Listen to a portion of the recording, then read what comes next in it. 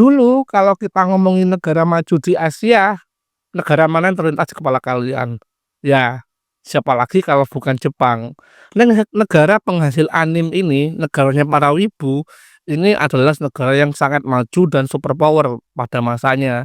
Dan nggak cuma soal anime aja yang bagus-bagus, di Jepang juga terkenal dengan industrinya, mulai dari elektronik, otomotif, siapa sih yang nggak kenal Yamaha, Honda, Suzuki, Kawasaki, kayaknya semuanya tahu ya, apalagi Sony. Semuanya pasti pernah main PlayStation dong, itu semuanya berasal di Jepang. Sebuah negara dengan etos disiplin dan kerja yang tinggi. Sebuah negara dan sebuah peradaban pada saat itu menjadi contoh dan menjadi standarisasi gaya hidup Asia di masa depan. Tapi siapa sangka negara yang dulu se-powerful itu selama 30 tahun lahir ini dia ekonominya stagnan, teman-teman. Hit bukan berarti miskin ya, negara ini jauh dari kata miskin. Dia nggak miskin, nggak hancur juga ekonominya. Cuma selama 30 tahun lahir ini, Jepang ekonominya stagnan atau jalan di tempat. Ya, pertumbuhannya sangat lambat, tapi bukan berarti negaranya miskin. Yuk kita obrolin fenomena tersebut dengan aku, Bang Tejo, di Asumsi Publik.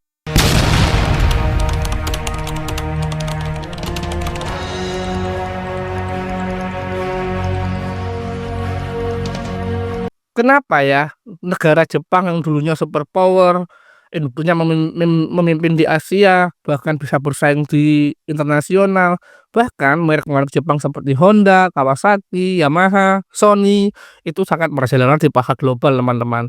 Tapi kenapa ya kalau akhir-akhir ini mereka industrinya kayak kalah sama Korea Selatan, sama Jerman, sama Cina? Hmm. Sebelum kita ngomongin itu, kita harus balik ke masa lalu, teman-teman. Kita harus belajar dari sejarahnya. Kenapa fenomena ini bisa terjadi? Yuk, kita bahas sejarah ekonomi Jepang.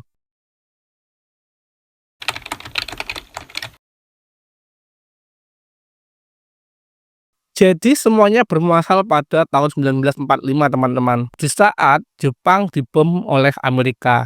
Ya, Nagasaki dan Hiroshima. Betul. Fenomena tersebut adalah fenomena besar bagi Jepang, dan di akuma Jepang aja fenomena tersebut juga mengingatkan kita akibat akibat fenomena tersebut, kejadian tersebut, Indonesia membebaskan diri dari penjajahan. Dan pada saat itu Jepang lumpuh secara logistik, ekonomi, politik, semua sistem kenegaraannya lumpuh total, teman-teman. Karena di Hiroshima dan Nagasaki adalah pusat ekonominya Jepang. Jadi pada saat itu Jepang lumpuh total. Tapi siapa sangka dengan kejadian tersebut justru Jepang bangkit kembali. Ya, melalui bantuan Amerika tentunya. Jadi pada saat itu setelah Amerika mengebom Jepang, Amerika bersedia membantu Jepang dalam rangka untuk memperbaiki ekonomi Jepang. Langkah pertama Jepang dimulainya dengan membubarkan konglomerat Shibatsu.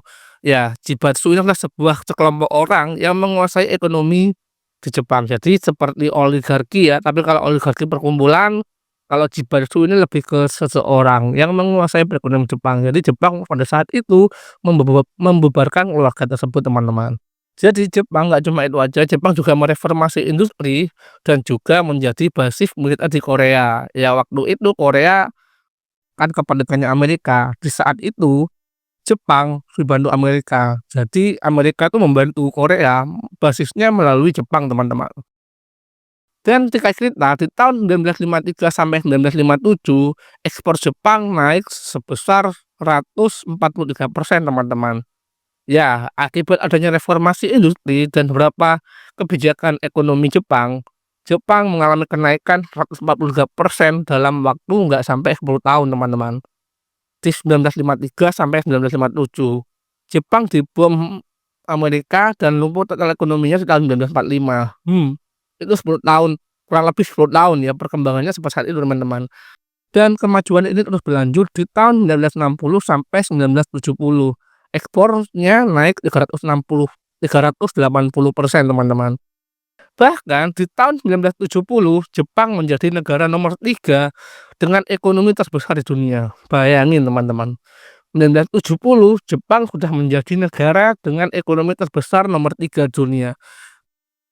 Itu hanya butuh waktu 1945 sampai 1970, itu hanya butuh waktu sekitar kurang lebih 30 tahun teman-teman ya. Jepang sudah bisa menjadi negara nomor 3 di dunia. Dan naiknya ini nggak main-main teman-teman, bahkan naiknya Jepang ini juga menyalip dari beberapa negara maju sebelumnya, seperti Inggris dan Jerman. Pada waktu itu sebelum Jepang memimpin dominasi ini, Inggris dan Jerman sudah powerful duluan teman-teman. Seperti yang kalian ketahui, Jepang 1945 kalah perang dong. Inggris dan Jerman masih super power, sedangkan startnya pasti mereka duluan, Jepang start baru 1945. Naiknya sepesat itu teman-teman. Dari negara kalah perang menjadi negara pusat industri dunia, ya itulah Jepang.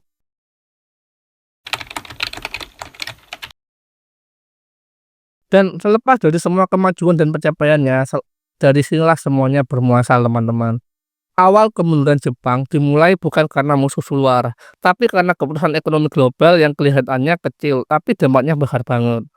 Tahun 1985, Jepang teken kesepakatan internasional bernama Plaza Accord yang disepakati dengan anggota negara G7 ya, G5 teman-teman.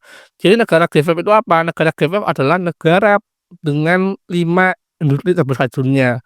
Pesertanya ada Amerika, ada Jerman, ada Inggris, dan ada Jepang teman-teman.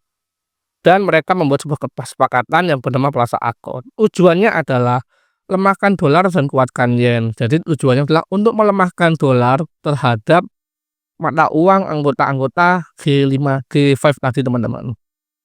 Biar ekspor Amerika bisa bersaing lagi. Tapi efeknya ke Jepang sangat parah teman-teman. Nilai tukar yen naik drastis, barang Jepang jadi mahal. Ekspornya turun, tapi ini baru permulaan. Jadi akibat melemahnya dolar, akhirnya menguatnya yen, otomatis nilai barang barang Jepang meningkat dong, dan akhirnya barang Jepang menjadi mahal. Dengan kemahalan barang Jepang tersebut, otomatis membuat nilai ekspornya menurun teman-teman. Daya belinya konsumen pasti menurun dong. Ini beda sama Cina. Kalau Cina kan diekspor barangnya murah teman-teman. Jadi agak sedikit blunder ya kebijakan kesepakatan Plaza Accord ini. Dan kayak kebanyakan negara yang lagi panik, Jepang mengambil jalan pintas buat tetap ekonominya muter. Tapi jalan pintas itu sudah menjadi sebuah jebakan. Bank sentral Jepang nurunin suku bunga, harapannya masyarakat mau konsumsi dan investasi. Tapi kenyataannya spekulasi merajalela. Orang ramai-ramai beli saham, beli tanah bukan buat dipakai tapi buat diputar. Harga properti dan indeks saham naik luar biasa sampai gelembungnya nggak bisa tahan lagi. Jadi akibat kebijakan ini, masyarakat Jepang pada saat itu terkesan FOMO. Wah, mereka ramai-ramai berinvestasi di pasar yang spekulasi teman-teman, yang resikonya tinggi seperti investasi di saham, di properti, dan lain-lainnya. Bahkan dengan fenomena tersebut akhirnya kenaikannya sampai tinggi dan gelembungnya benar-benar nggak bisa tahan lagi teman-teman. Bahkan pada saat itu nilai properti Jepang pernah overvalue 3 triliun US dollar teman-teman. Bahkan Nikkei Index itu anjlok 1 triliun US dollar pada saat crash-nya teman-teman. Dan akhirnya seperti balon yang ditiup, selalu besar gelembung itu meletus. Ya, karena akibat banyaknya orang berinvestasi di tanah saham, di take properti, akhirnya nilainya melambung tinggi. Saat sudah mencapai puncaknya, akhirnya balon itu meletus teman-teman. Akhirnya dia down. Sesuatu yang naiknya begitu tinggi, otomatis dia turunnya akan sangat boom gitu teman-teman. Akhirnya pada tahun 1989 suku bunga dinaikkan. Dalam waktu singkat saham anjlok, properti anjlok, ekonomi ambruk. Bahkan banyak orang kehilangan rumah, bisnis pada bangkrut teman-teman. Yang paling parah, bank-bank Jepang mulai gagal bayar. Tapi pemerintah nggak dibiarin, mereka bangkrut dan itulah masalah tambah rumit teman-teman. Karena bukan cuma ekonomi yang krisis, sistem perbankan Jepang juga ikut mati, tapi tetap dipaksa hidup. Jadi pada saat itu banyak bisnis yang bangkrut, bahkan banyak bank yang gagal bayar teman-teman. Akibatnya anjloknya saham tersebut. Ya, ujung-ujungnya semua kebijakan yang shortcut dan jangka pendek itu efeknya sangat mengerikan teman-teman. Dan beberapa bank yang harusnya gagal bayar dipaksa sama pemerintah untuk tetap buka. Bank-bank yang udah rugi dan terus disuntik dana oleh pemerintah, mereka jadi zombie hidup. Ya, seperti bank zombie, mati enggan, hidup tak mau. Tapi karena disubsidi, mereka terus ngasih pinjaman ke bisnis-bisnis yang udah nggak layak untuk diinvestasi. Akhirnya ekonomi Jepang mandek, gak tumbuh, inovasinya minim, konsumsi turun. Jepang masuk era yang disebut The Lost Decade, teman-teman. The Lost Decade, decade, ini bacanya gimana. Dan krisis ini nggak selesai dalam 5 tahun, 10 tahun, tapi terus berlanjut bahkan sampai masuk milenium baru. Dampaknya bukan ke ekonomi, tapi ke budaya masyarakat Jepang jadi takut ambil resiko. Mereka lebih suka simpan uang tunai daripada investasi. Ya, akibat fenomena tahun 1989 tadi, otomatis itu udah bergenerasi dong. Generasi-generasi berikutnya jadi belajar dari masa lalu. Mereka ingin bermain aman, tidak mau berinovasi dan bermain dengan spekulasi. Akhirnya membuat mereka kejebak di zona nyaman, teman-teman. Akhirnya lahirlah kurangnya inovasi. Ya, di satu sisi hidup dengan aman, hidup dengan safe, hidup dengan stabil, itu menguntungkan, teman-teman. Tapi dengan hidup seperti itu, otomatis inovasi dan kreativitas kita, daya juang dan untuk bersaing kita menjadi menurun. Otomatis sebuah negara dengan SDM seperti itu, maka dipastikan negaranya akan stagnan. Fenomena ini lebih mirip seperti yang ada di Eropa, teman-teman. SDM-nya kejebak zona nyaman. Dan nggak cuma orang-orangnya aja atau SDM-nya aja, beberapa perusahaan juga ikut pasif, gaji stagnan, tenaga kerja kontrak makin banyak, dan anak muda makin kehilangan semangat kerja. Dan pertumbuhan ekonomi Jepang stagnan 1-2% selama 3 dekade terakhir. Harga tanah di Tokyo tahun 2023 masih lebih rendah dari tahun 1991. Bayangin coba, tahun 2023 nilai harga tanah di Tokyo itu lebih rendah daripada tahun 1991.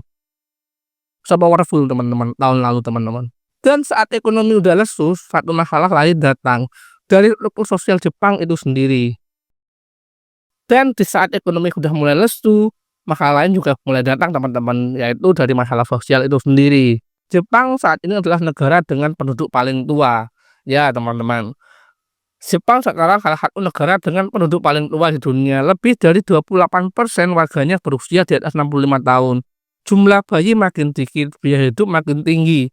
Dan anak-anak muda enggan menikah dan punya anak. Ini bukan sekedar krisis ekonomi, tapi ini krisis keberlanjutan. Ya, gitu, teman-teman. Jadi, kebanyakan di Jepang itu orang enggan menikah karena faktor daya hidup yang tinggi katanya. Dan kebanyakan pekerja juga usianya udah 65, 60, 55. Para generasi kehilangan minat untuk berkompetisi. Dan dengan semua masalah tersebut, apakah Jepang bisa bangkit, teman-teman? Dengan semua tragedi ekonomi dan semua sejarah yang dilaluinya, apakah Jepang bisa bangkit di masa depan? Komen, teman-teman. Secara potensi sebenarnya Jepang itu masih sangat berpotensi banget, teman-teman, untuk bangkit kembali. Ya, karena dia memiliki SDM yang terdidik, disiplin, dan budaya etos kerja yang tinggi. Ya, semuanya cuma soal urusan enggan untuk berkompetisi, enggan untuk bermain-main di ranah yang spekulasi, enggan untuk berinovasi, kurangnya minat untuk bermain di ranah-ranah yang kurang safety. Jadi mereka itu nggak mau bermain di ranah yang menurut mereka kurang safety. Mereka sangat senang sesuatu yang pasti-pasti aja. Kalau Jepang mau bangkit, mereka harus reformasi pasar tenaga kerja, buka diri pada imigrasi, dan investasi besar-besaran di sektor baru seperti AI dan energi bersih. Dan nggak cuma itu aja, juga di sektor digital, teman-teman. Tapi pertanyaannya, berani nggak mereka? Berani nggak pemerintahnya? Ya, ujung-ujungnya semua balik soal keputusan dan resiko yang harus diambil. Semua keputusan itu selalu mengandung resiko dan selalu mengandung hasil, teman-teman. Hasil yang lebih besar biasanya memerlukan resiko yang lebih besar pula. Ya, semuanya berbanding lurus. Apa yang kita inginkan itu biasanya sepadan dengan resikonya. Kalau kita mau bermain aman, ya otomatis hasil yang kita dapatkan ya segitu-gitu aja, udah ketaker. Sama dengan resikonya juga bisa ketaker, gitu, teman-teman. Jadi Gimana menurut pendapat kalian? Apakah Jepang bisa bangkit kembali ataukah lebih baik Jepang seperti ini aja? Toh dia nggak kekurangan, toh dia bukan negara miskin, toh dia bukan negara yang problematik ya, dia negara yang baik-baik saja.